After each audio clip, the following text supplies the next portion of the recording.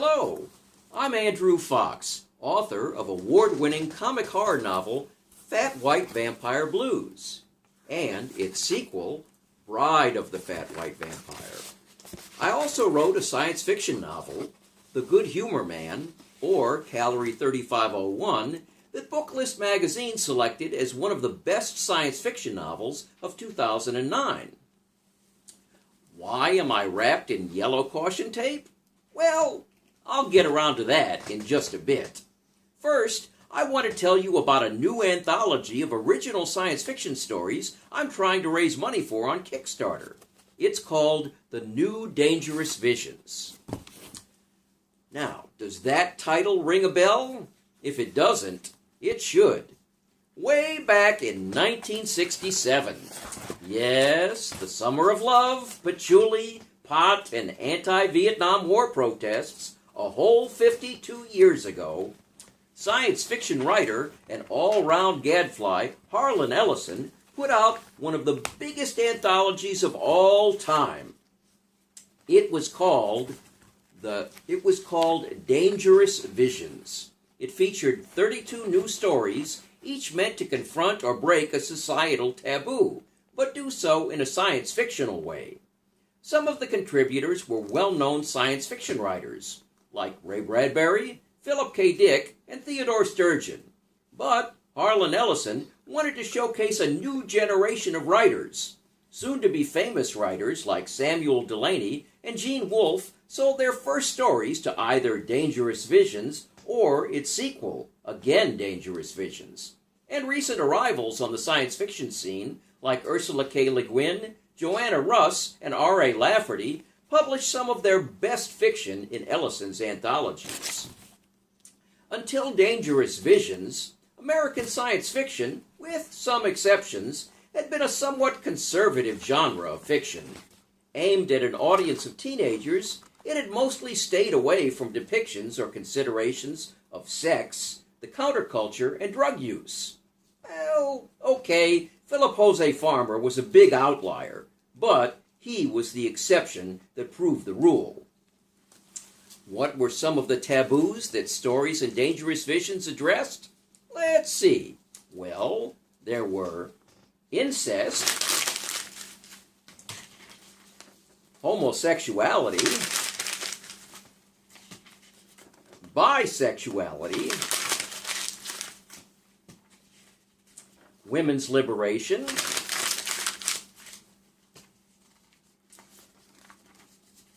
sadism,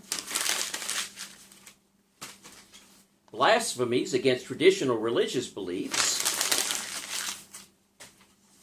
the moral limitations of capitalism, and the pervasiveness of bigotry in American society. The publication of Dangerous Visions was a cultural milestone. Proof of its impact can be seen in the fact that none of the once taboo subjects I just mentioned are taboo anymore. Well, pretty much the opposite.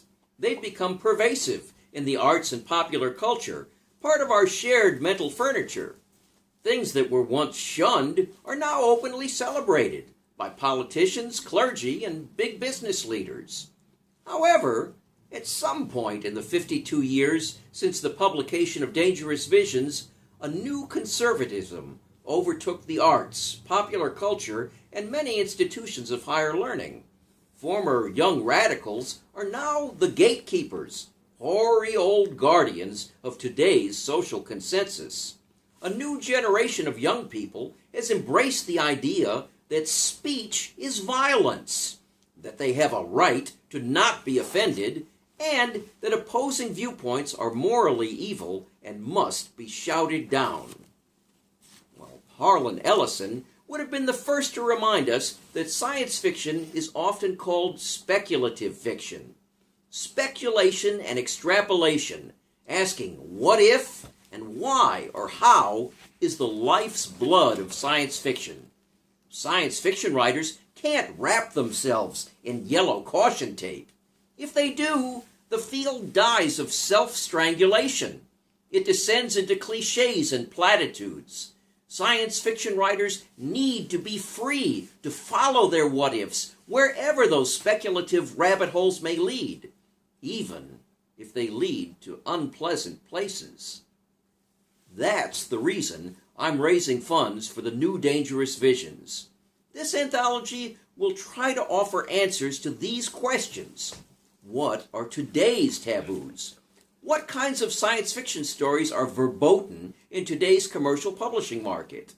What just won't fly, whether due to editors' aversions, editors' assumptions about readers' aversions, or commercial pressures of corporate publishing? How can these modern-day taboos be illuminated and explored using the unique extrapolative tools of science fiction? I'm aiming to raise $7,000. This will allow me to pay a professional word rate for at least 70,000 words of new fiction, in addition to production costs, the costs of premiums for donors, and the costs of using the Kickstarter platform.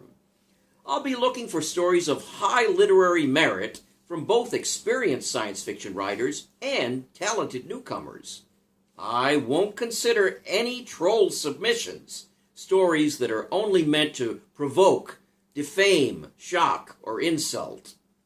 The more outrageous or disturbing the material, the more incisively it needs to be explored using the cognitive tools of science fiction. Provoke? Yes, sure, but also strive to make readers care about your characters and what happens to them. Aim to leave readers with something to think about, not merely something to be disgusted by. Kickstarter does not charge any donors for their pledges unless the campaign hits its funding target. So, if I don't raise at least $7,000, I won't see a cent from Kickstarter. Does that mean I'll abandon the New Dangerous Visions? No. I strongly believe in this project. I will still publish the anthology through my imprint, Monstrosity Press. But, if I'll be coming out of pocket, I'll need to reduce my word rate to a sub-professional level and probably reduce the amount of original fiction I'll buy. Science fiction should always make room for contrarians, for heretics, for the unfashionable and unpopular, for dreamers at the fringe. Without them, the centuries-long conversation at the heart of science fiction becomes a sterile echo chamber. In this era of accelerating technological and social change, we need a daring and courageous science fiction, more than ever. So, let's rid ourselves of that yellow caution tape. Hand me those scissors, please.